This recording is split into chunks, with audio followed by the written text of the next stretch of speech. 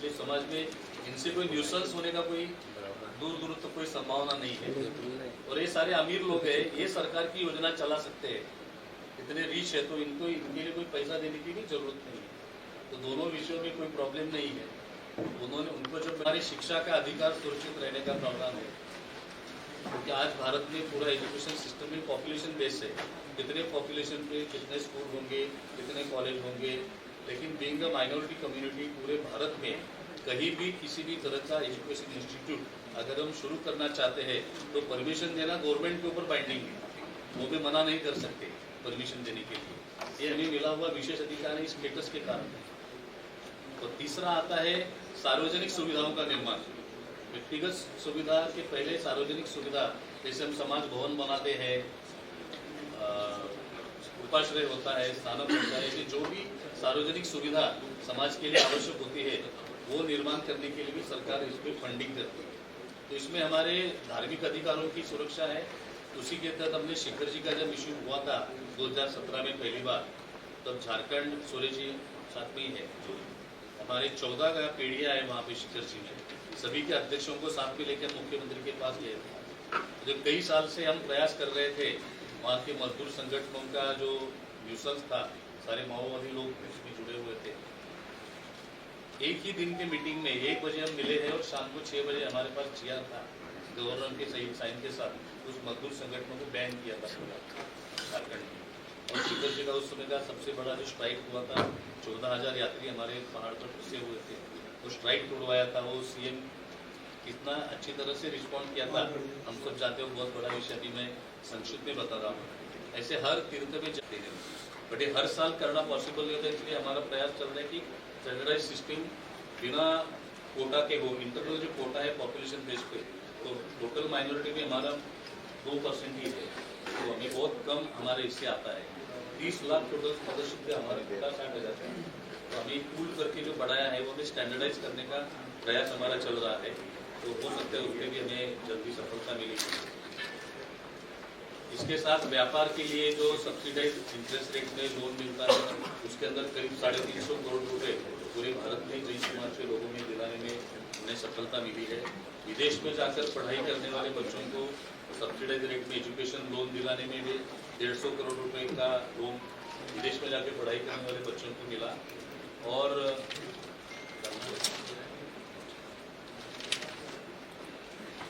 जितने भी राज्यों के साथ हमने कोऑर्डिनेशन करने का प्रयास किया, उसमें सबसे अच्छा रिस्पॉन्स हमें कर्नाटक से मिला।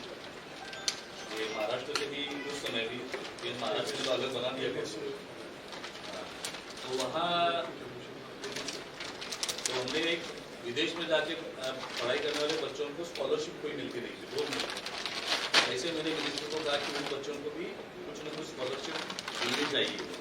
उनका कहना कि विदेश में जाने वाले सारे अमीर बच्चे होते हैं, उनको क्या जरूरत है स्कॉलरशिप, और आगे इतने होशियार बच्चे होते हैं, मिडिल क्लास के भी जाते हैं, गरीब परिवार के भी जाते हैं, लोन लेके जाते हैं।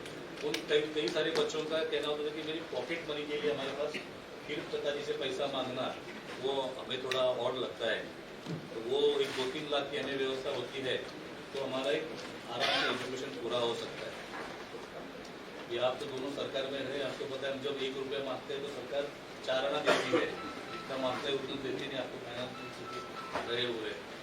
तो मिनिस्टर के साथ मीटिंग में था, मुस्लिम ही थे माइनॉरिटी मिनिस्टर, मैंने कहा इनको नहीं कितना देना चाहिए, मैंने 10 लाख रुपये मांगा, मुझे पता है 2 लाख करेंगे, तो पता नहीं उनके मन में क्या है, उन्होंने 10 लाख अप्रूव कर दिया। प्रिपेयर नोट्स एनुअल लिख दिया उन्होंने, तो वो 2 साल का हो गया 20 लाख। जब हमारी उम्मीद 2-3 लाख की थी तो 20 लाख का स्कॉलरशिप होगा। 8 साल से कर्नाटक में वो स्कॉलरशिप बहुत अच्छी तरह से चल रहा है और 250 जैन बच्चों को 20 लाख रुपये स्कॉलरशिप मिली है माइनॉरिटी के अंदर, जैन समाज के बच्चों को। बाकी सारे बच्चे हैं उनका हिसाब मैं नहीं रखता। अब उसका वो कर्नाटक का उदाहरण हमने दिया, तो आंध्र ने शुरू किया, तेलंगाना ने शुरू किया, बंगाल ने शुरू किया, अब महाराष्ट्र ने भी शुरू किया 2 साल पहले। अब महाराष्ट्र ने एक अच्छा काम किया कि उन्होंने 20 लाख का सीलिंग नहीं रखा, उतना जितना फील होता है और आने जाने का हवाई जहाज का खर्चा उतना सारा देते हैं। फिर वो 30 लाख भी होता है, कुछ केसेस में 40 लाख भी होता है, वो सारा स्कॉलरशिप महाराष्ट्र में भी मिलना शुरू हो गया है। आज के इस सभा में मध्य प्रदेश का डोमिनेंस है, सबसे ज़्यादा मध्य प्रदेश के हमारे पदाधिकारी भी है और सबसे ज़्यादा विधायक भी मध्य प्रदेश से आए हैं।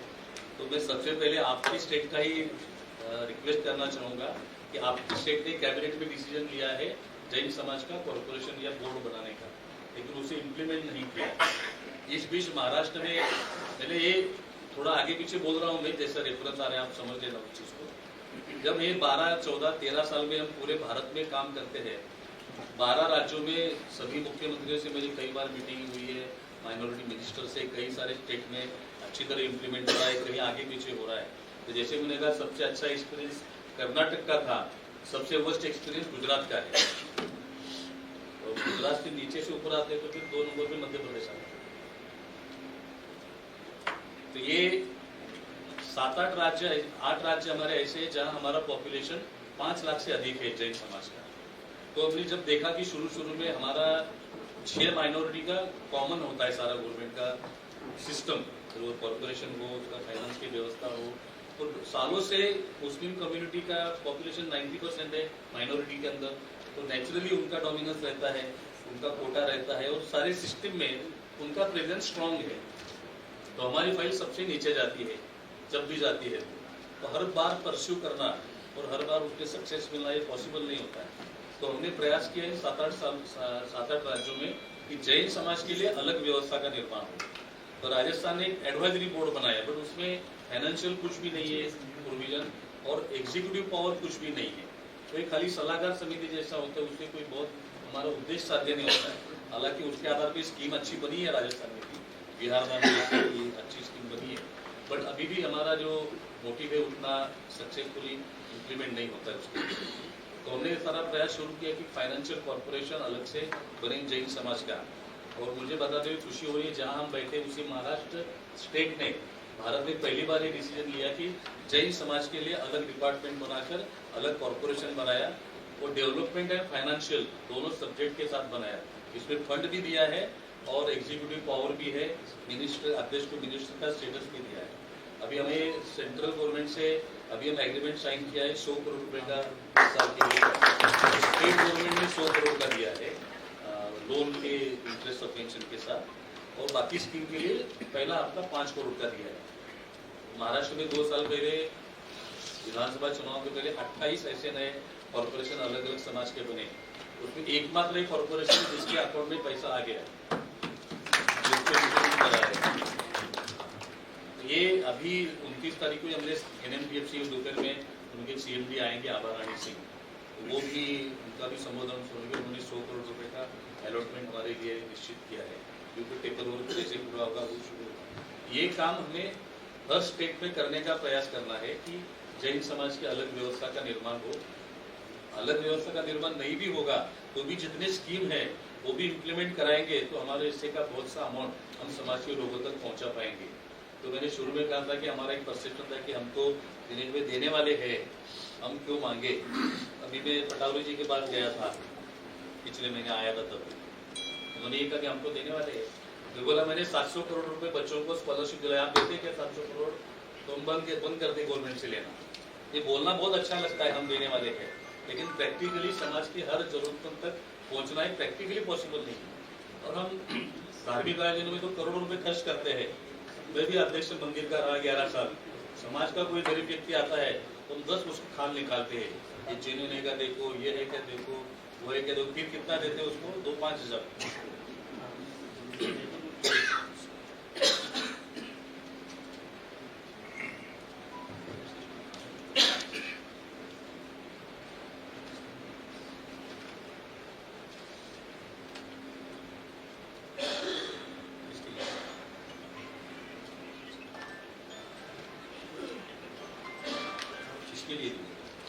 समाज जय समाज आप बता देना आपके संबोधन, आपका क्रेडिट मैं क्यों लूंगा? पूरा एक आपका है, मेहनत तो आपने की है ना, आप नहीं बोलो।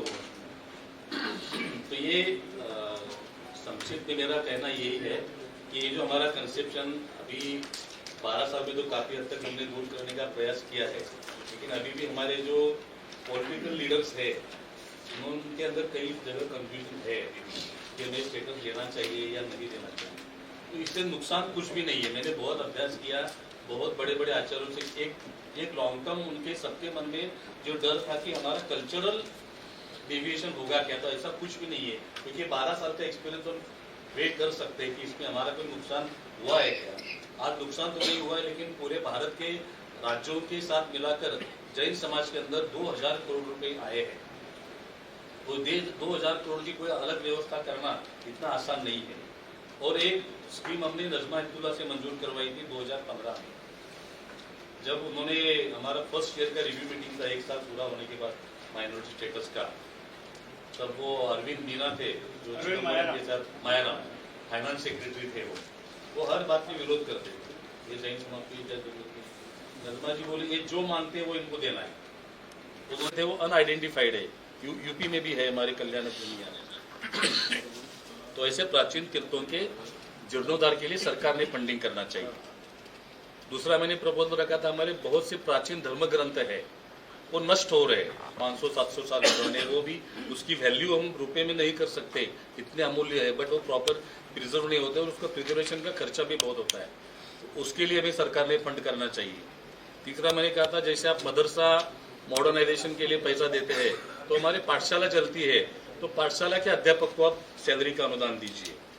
एक 3-4 मुद्दे मैंने उनके सामने रखे थे, तो पाठशाला वाला तो उन्होंने उस समय एक्सेप्ट नहीं किया था कि हम धार्मिक एजुकेशन के लिए पैसा नहीं दे सकते। तो मैंने मदरसा वही यही पूछा, मैंने सेम क्वेश्चन पूछा कि आप मदरसा में कहते, मदरसा में व्यवहारिक शिक्षण के लिए पैसा देते हैं, अभी वो यूज क्या करते हैं वो अलग बात है, बट ये देते समय मदरसा में इंग्लिश सिखाने के लिए, मदरसा में गणित सिखाने के लिए, मदरसा में कंप्यूटर सिखाने के लिए ऐसा देते। अब हमने भी वही डिजाइन बना दिया थी, बस यही 3 चीज नहीं सिखाया जाता है, वही बोलता, बट उन्होंने वो उस नाम से देते हैं। तो उन्होंने 2 अप्रूव किया, एक हमारे प्राचीन तीर्थों का जीर्णोद्धार और प्राचीन ग्रंथों का पुनर्लेखन, ये 2015 में स्कीम सैंक्शन की, उसके लिए आपने मांगा। मैं यही कहना चाहता हूँ, स्कीम सैंक्शन की, और मैं उनको धन्यवाद आज भी देना चाहूंगा, उनके जैसा मिनिस्टर मैंने उसके बाद में भी नहीं देखा, इतने प्रोएक्टिव और जैन धर्म के प्रति अथाह श्रद्धा उनकी, ब्लाइंड फेथ, मतलब अभी हम उतने काबिल है कि नहीं, वो हमारे इंट्रोस्पेक्शन का विषय है, पर उनका ब्लाइंड फेथ है कि ये लोग गलत करेंगे ही नहीं। तो उन्होंने वो स्कीम अप्रूव किया, मई की हमारी मीटिंग थी और जून एंड में उसका पूरा स्कीम का ऑर्डिनेंस निकाला, पूरा स्कीम का डिटेल निकाला, और 2 साल तक वो मंत्रालय मेरा फॉलोअप करता रहा, ललित जी अभी तक आपकी एक भी फाइल नहीं आई है, अभी तक आपकी एक भी फाइल नहीं आई है। लास्ट में निर्मल सेठी जी ने 2 फाइल सबमिट की, अनफॉर्चुनेटली वो 2-3 महीने के अंदर एक्सपायर हो गए, तो वो भी कोई फॉलोअप नहीं ले पाया। तो उन्होंने, हमारा दुर्भाग्य है कि इतनी बड़ी स्कीम गवर्नमेंट ने मंजूर की है, आज 10 साल हो गए हैं, हमारा वैसे कोई एप्लीकेशन जाता ही नहीं पैसे मांगने के लिए। हम किसी ट्रस्ट को बोलते हैं, अभी आपने आया क्या पैसा, घर बैठ के तो नहीं आएगा ना, सरकार से पैसा लो तो कम से कम एप्लीकेशन करना पड़ेगा, डॉक्यूमेंटेशन देना पड़ेगा, सारा प्रोसेस करना पड़ेगा, थोड़ा बहुत फॉलोअप भी लेना पड़ता है, और अब दूसरा तीसरा धक्का खाना पड़ा तो हम छोड़ देते हैं, भी समाज में से आता है पैसा क्यों लेना है, बट समाज में से आता है, बट सरकार से आता है तो लेने में बुराई क्या है, समाज का पैसा तो और भी यूज कर सकते हैं हम कई जगह पे। तो ये आज की मीटिंग का मेरा आप सबसे जरूर अनुरोध यही रहेगा कि हमें इसे माइनॉरिटी यानी कोई सबसे एक छोटा गरीबों के लिए है इतना समझ के हम छोड़ देते हैं कि हमारी कोई जिम्मेदारी है ही नहीं गरीबों के प्रति, लेकिन ये बाकी सारे विषय है उस पर तो ध्यान दे सकते हैं आप। ये हमारे प्राचीन ग्रंथों का भी काम बहुत जगह हो रहा है पुनर्लेखन का, उन्होंने एक स्कीम उनके तरफ से ऐड करके दी, जैन कल्चर के ऊपर या जैन रिलीजन के ऊपर कोई पीएचडी करना चाहता है तो उसे 2 लाख रुपए का स्कॉलरशिप, ये उन्होंने उनकी तरफ से ऐड किया, और एक ऐड किया म्यूजियम। हाँ, यस, ये आपके काम की बात है। इसीलिए तो। और एक ऐड किया, म्यूजियम अगर हम कोई बनाते हैं हमारे हिस्ट्री का, हमारे कल्चर का, तो म्यूजियम बनाने के लिए भी वो पैसा देंगे। अब हम कुछ मानते नहीं है, तो उन्होंने चला के अहमदाबाद यूनिवर्सिटी को 25 करोड़ रुपए दिए है, और इंदौर में किसी यूनिवर्सिटी को 25 करोड़ दिए, आप म्यूजियम बनाओ करके। अब वो कब बनेगा क्या बनेगा तो पता नहीं है। जो देवी अहिल्या विश्वविद्यालय है उसको म्यूजियम के लिए नहीं दिए, उस समय ये था कि स्मृति ईरानी जब अल्पसंख्यक पिछली बार जब थी वुमेन और मिनिस्टर, तो उसका पैसा लैप्स हो रहा था मार्च में, तो उनने किसी हमारे जो जैन अधिकारी थे IAS अधिकारी उस समय, उनसे कहा कि आप कोई वो भेजो, योजना भेजो तुरंत जिससे मैं पैसा दे सकूं आपको। तो उन्होंने उस समय, क्योंकि किसी सरकारी विश्वविद्यालय से आता तो वो ज़्यादा अच्छा होता, तो देवी अहिल्या विश्वविद्यालय को कहा गया और वहाँ से स्कीम तो बनाकर यहाँ बैठे अधिकारी नहीं बना कर दी। अच्छा, हमारे दमोह के ही हैं वो लड़के, उन्होंने वो बना कर दी पूरी स्कीम और फिर वो उन्होंने वो पैसा दिलवाया। उस समय ये था कि पैसा मेरे पास 50 करोड़ रुपया है, मैं वो पूरा देना चाहती हूँ, तो फिर उसमें से उतना ही दे पाए वो। ये क्या अच्छा काम किया उन्होंने, मिनिस्टर रहते हुए। लेकिन वो पैसा का क्या, वो उन्होंने कहा कि वो तो हमें इंफ्रास्ट्रक्चर डेवलप करने के लिए दिया है। बस वो यही ऐसा होता है ना, हम मांगते नहीं है, जिसके लिए बना हुआ है वो लोग मांगेंगे नहीं, तो ऐसे ही पैसा इधर उधर जाएगा। देवी अहिल्या विश्वविद्यालय के वाइस चांसलर से बात की, अभी वो जय नहीं है वहाँ पे, उनके वाइस चांसलर, लेकिन तो बोले मैडम वो तो सिर्फ, मैंने कहा आप ये, उस समय ये बात हुई थी कि जो भी जैन स्टडीज जहाँ हो रही होंगी आप उसके साथ शेयर करेंगे और वहाँ कोई कॉन्फ्रेंसेस होंगे, सेमिनार्स होंगे या कोई भी काम जैन उसमें होगा। तो बोले नहीं मैडम ये तो यहाँ के लिए सिर्फ दिया गया है और जैन इंफ्रास्ट्रक्चर के लिए दिया गया है, कोई इंफ्रास्ट्रक्चर बनाएंगे उसके लिए, we can not divert this. अभी हमें ये थोड़ी जिम्मेदारी हमें पूरे भारत में लेनी पड़ेगी, सब पदाधिकारियों की, इस विषय में थोड़ा प्रोएक्टिवली हमें काम करना पड़ेगा। आप बिहार के दोनों मेंबर है, आपके बाद तो भगवान महावीर की जन्मस्थली भी है और निर्वाण भूमि भी है, उसके ऊपर स्पेशली फोकस करके कुछ प्रोजेक्ट बनाना चाहिए। पहले प्रधानमंत्री 15 पॉइंट प्रोग्राम चलता था माइनॉरिटी मिनिस्ट्री के अंदर, अब प्रधानमंत्री जन विकास कार्यक्रम के नाम पे एक नया प्रोग्राम लॉन्च किया है। उसके अंदर बड़े सामाजिक प्रोजेक्ट जो है, जैसे हमारे समाज भवन बनाना हो, कोई स्कूल बनाना हो, एजुकेशन इंस्टीट्यूट बनाना हो, तो उसके लिए गवर्नमेंट फंडिंग करती है माइनॉरिटी मिनिस्ट्री के अंदर। उसमें बड़े से बड़े प्रोजेक्ट में भी आप पैसा ले सकते हैं। तो ये बहुत सारी ऐसी चीजें हैं जो हम उसके अंदर जाते ही नहीं है डीप में। तो ये आज कई नए लोगों को बुलाने का पर्पज भी ये है कि अभी थोड़ा हमें सीरियसली इस विषय पर देखना पड़ेगा। हमारे समाज के सामने कई तरह के चैलेंजेस भी है, जैसे आपने बॉम्बे का भी देखा होगा न्यूज पे, हर छोटी छोटी चीजों पे समाज को टारगेट करने का लोग प्रयास करते हैं उनके पॉलिटिकली वेस्टेड इंटरेस्ट के कारण, और उस समय हम उसका विरोध भी नहीं कर पाते क्योंकि हम यूनाइटेड नहीं है। हमें बोलने की भी डर लगता है कि हमें इसके सामने बोलेंगे नहीं, फिर कोई जाके माफी मांग लेता है, पूरे समाज को दाव पे लगा देते हैं। हमारे में से कोई बोल देता है कि ये स्वतंत्र धर्म नहीं है, ये हम किसी और धर्म की ब्रांच है। मतलब ये हमारे अस्तित्व को ही चैलेंज करने जैसी बातें होती रहती है क्योंकि हम संगठित नहीं रहते। तो ये हमारा सभी संप्रदायों से मिलकर काम करने वाला एक बहुत स्ट्रांग ऑर्गेनाइजेशन है जो गवर्नमेंट के सारी स्कीमों को समाज तक पहुंचाता है और अच्छी तरह पहुंचा सकता है। जैसे जीतो एक बहुत अच्छा मॉडल बना है जैन समाज का, बहुत सक्सेसफुल है और समाज के सभी संप्रदायों के लिए काम करता है और एक बहुत बड़ा कॉर्पस उसके माध्यम से हुआ, जीतो हो, जियो हो, ये सारी चीजें। तो उससे भी एक अगले लेवल पर जाके जो मास है समाज का, मैक्सिमम पॉपुलेशन, और उसमें से जिन लोगों को इन सारी चीजों की ज्यादा जरूरत होती है वो सामने आते नहीं है, इसलिए वो हमसे कनेक्ट नहीं होते हैं और उन लोग इधर उधर जाते रहते पैसा मांगने। आज मेरे पास हाईएस्ट जो मेल आते हैं या चिट्ठी आती है या फोन आते हैं वो जैन समाज के विधवा महिलाओं के हैं।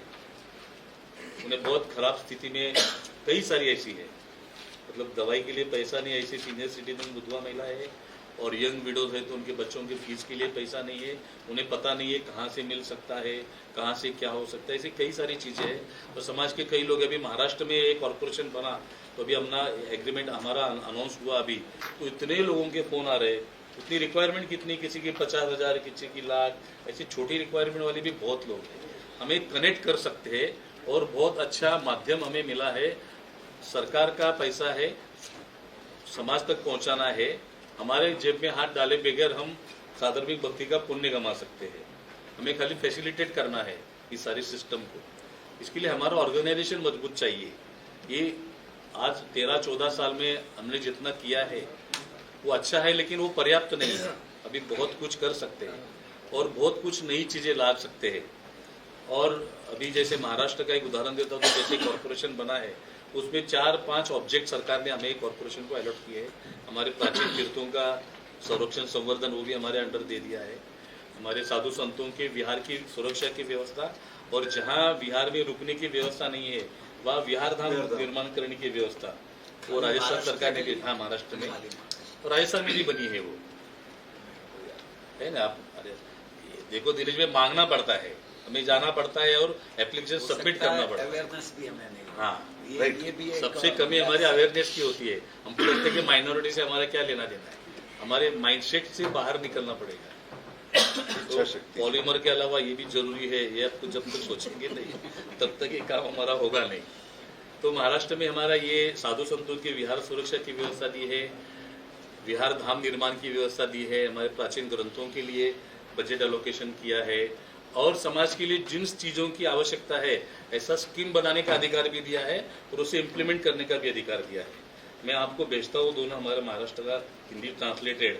आप मध्य प्रदेश का एक डिसीजन तो हुआ है, वे फाइनल डिसीजन होने के पहले उस स्ट्रक्चर में महाराष्ट्र ने किया है, तो अभी आपको कोई ज्यादा टेक्निकल दिक्कत आने जैसा कोई उसमें है नहीं, तो यहाँ भी हो सकता है। तो वो एक बार होता है, वहाँ नेशनल माइनॉरिटी कॉर्पोरेशन पैसा देने को तैयार है, बट मध्य प्रदेश का कॉर्पोरेशन ये डिफॉल्ट में है, तो दे नहीं सकते। अपना ये नया बनेगा तो नया स्टेट चैनलिंग एजेंसी मिलेगा, 50-100 करोड़ रुपए आपको तुरंत मिल सकता है मध्य प्रदेश के लिए। तो ऐसा हर स्टेट में ये हो सकता है। आवश्यकता इतनी कि हमें थोड़ा लीड लेके, राजेंद्र जी आप भी बिहार के लिए हम अलग से चाहिए तो बैठेंगे, नहीं बैठना भी पड़ेगा। हाँ, तो ये सारी चीजों जितने भी हमारे भगवानों की कल्याणक भूमि है उनका एक सर्किट बनाकर उसके लिए कोई स्पेशल स्कीम बनाते हैं। जैन सर्किट का मांग किया हमने, जिस तरह राम जानकी सर्किट है उसी तरह मंदार हिल से भागलपुर वासुपुर, उसके बाद पावापुरी लछवार, इसको जोड़ने वाला। हाँ, तो ऐसे ही सरकार तो डिमांड किया, अभी हुआ नहीं। जो माइनॉरिटी मिनिस्टर है किरेन रिजिजू, वो भी बहुत पॉजिटिव है। उनका भी अभी वो बुद्ध कम्युनिटी से है, तो वो मिनिस्टर बनने के बाद बुद्धिज्म को बहुत ज्यादा सपोर्ट मिला, तो वो चाहते हैं कि जैन समाज के लिए भी कुछ न कुछ करे। तो एक कोई ऐसा कॉन्क्रीट प्रपोजल हम हमारे तरफ से देते हैं हम, तो गवर्नमेंट से 200-500 करोड़ रुपए आना मुश्किल नहीं है। पैसा हमारा अनयूटिलाइज वापस जा रहा है। जगह भी है, गया में बहुत बड़ी जगह है। डॉक्टर सुगम जैन ने अभी उनसे किरण रिजिजू से मांग किया सुषमा स्वराज भवन में, 10 दिन पहले मैं आया था, फेडरेशन हुआ था माइनॉरिटी कमीशन का, तो उसमें उन्होंने मांग किया है। होगा कि नहीं होगा, डॉक्टर सुगम जैन ने मांगा था यही सर्किट का, नहीं हुआ था दिल्ली में। ये हो सकता है भी। आप तो ये सरकार में काम करने वाले लोग हैं, इनको पता है सरकार के काम किस तरह से होते हैं। खाली मांगने से या मेमोरेंडम देने से नहीं होता, उसका एक अलग तरीका है, उसमें से हो जाता है। जैसे भी महाराष्ट्र में कॉर्पोरेशन बना तो ऐसे ही तो नहीं बना होगा ना। तो मैंने उनको पूरा स्ट्रेटेजिक समझा है कि हमारे 48 कॉन्स्टिट्यूंसी ऐसी है जहां हमारे डिसीजिव वोट है, उसमें 6-7 लोकसभा कॉन्स्टिट्यूंसी है और 48 असेंबली कॉन्स्टिट्यूंसी है जहां हमारे डिसीजिव वोट है। तो ये सारा एरिथमेटिक समझाना पड़ता है अलग अलग तरीके से, तब जाके ये काम बनते हैं। महाराष्ट्र पावरफुल आपका, वहाँ 14 लाख से ऊपर है आप। 14 लाख से ऊपर नहीं है, 60 लाख है। जनगणना बता। पूना में 10 लाख लोग रहेंगे। एक बताता हूँ मैं, एक बात, लोकसभा में एक भी सांसद है जैन? टिकट ही नहीं दिया तो आएगा कहाँ से? आप टिकट देंगे तो चुन के आएंगे। टिकट नहीं देने का कारण अलग है। आपके संबोधन में बताना। तो ये एक मेरा बात भूल जाओ उसके पहले बता दो, जनगणना का इन्होंने विषय निकाला पॉपुलेशन का, तो हमारा जो भी एलोकेशन होता है फंड का, इस सेंसस के अंदर हमारा कितना फिगर है उसके आधार पे होता है। तो आज जो एलोकेशन हो रहा है 2011 के सेंसस पे हो रहा है, तो 2011 के सेंसस में हमें 45 लाख, पूरे भारत में 45 लाख है। तो ठीक कराना पड़ेगा। ये हमारे एक्चुअल फिगर है 2 करोड़। आई क्या ये अभी 2026-2027 में जो सेंसस होगा, 26 में तो खाली आपका ये आया अभी एनरोलमेंट, 27 में जो सेंसस होगा उसमें आपका रिलीजन लिखा जाएगा। उसमें हमें सिर्फ जैन लिखना है, हम पूरा प्रचार कर रहे हैं उसका सब जगह कि हमें कोई श्वेतांबर जैन, दिगंबर जैन, तेरापंथी, स्थानकवासी कुछ नहीं लिखना है। रिलीजन के कॉलम में सिर्फ जैन लिखना है, और कास्ट के कॉलम में जिसको स्पेसिफिकली पता है उनका कोई कास्ट है, दिगंबर समाज में ऐसे कुछ कास्ट है जिन्हें ओबीसी के बेनिफिट मिलते हैं, तो वो लिख सकते हैं। अदरवाइज आप कास्ट में भी जैन लिखेंगे तो कोई प्रॉब्लम नहीं, क्योंकि जो भी काउंट होगा वो रिलीजन के कॉलम के आधार पे काउंट होने वाला है हमारा फिगर। और अगर हम 2 करोड़ हमारा फिगर ला पाए प्रॉपरली समाज में अवेयरनेस करके, तो आज जितना भी एलोकेशन हो रहा है वो सीधा 4 गुना बढ़ेगा हमारा एलोकेशन। अभी आप बिहार की बात करते तो अभी मैं पॉलिटिकल इसमें जाता नहीं हूँ, माझी समाज की पॉपुलेशन कितनी है, उनको पॉलिटिकल माइलेज कितना मिलता है, तो उस उस अनुपात में भी हमारा पॉपुलेशन महाराष्ट्र में 60 लाख है, तो हमें कितना मिलना चाहिए। बट महाराष्ट्र ने फिर भी एक कॉर्पोरेशन बहुत अच्छा बना के दिया, फंड के साथ दिया है, अधिकारों के साथ में दिया है। ऐसा नहीं कि कोई हमें समाज को खाली लॉलीपॉप देने जैसा कुछ कमेटी बना दिया है, ऐसा कुछ किया नहीं है, प्रॉपर वे में बना के दिया है। तो ये सारी चीजें समाज तक पहुंचाने के लिए हमारा नेटवर्क और स्ट्रांग बनाना जरूरी है। कोरोना के बाद हमारे मीटिंग की फ्रीक्वेंसी जूम पे ज्यादा रही, पर्सनली मिलना कम हुआ, जो भी रहा अभी उसको थोड़ा वापस रिवाइव करके, जिस क्षेत्र में अभी हमारा राष्ट्रीय अधिवेशन आगे सब्जेक्टेड ड्यू है, तब सारे नई कमेटियां बनेगी, उसके पहले हमें सारा थोड़ा सा रिवाइव करके जहां भी हम कमज़ोर है ऑर्गेनाइजेशनल नेटवर्क में, वहाँ थोड़ा और स्ट्रांग फोकस करके बढ़ाने का, और जहाँ भी ये व्यवस्था समाज को दिलाने के लिए हमारा खुद का नेटवर्क चाहिए। सरकार की व्यवस्था पर्याप्त नहीं होती है कि सरकार की तरफ से कोई आएगा और हमारा काम होगा, या हमारा कोई बंदा सरकारी ऑफिस में जाएगा तो वह ठीक से जवाब भी नहीं देते, क्योंकि उसके बाद हमारे जैसे रोज 500 लोग मिलने आते हैं। और जब समाज की पैरेलल व्यवस्था उनके सपोर्ट में रहेगी तो ये हमारे काम आसानी से हो सकते हैं, जो मुस्लिम समाज ने बहुत स्ट्रांगली किया है। केरला जैसे स्टेट में क्रिश्चियन समाज का वैसा ही नेटवर्क है, तो पूरा पैसा वो प्रॉपरली लेके जाते हैं।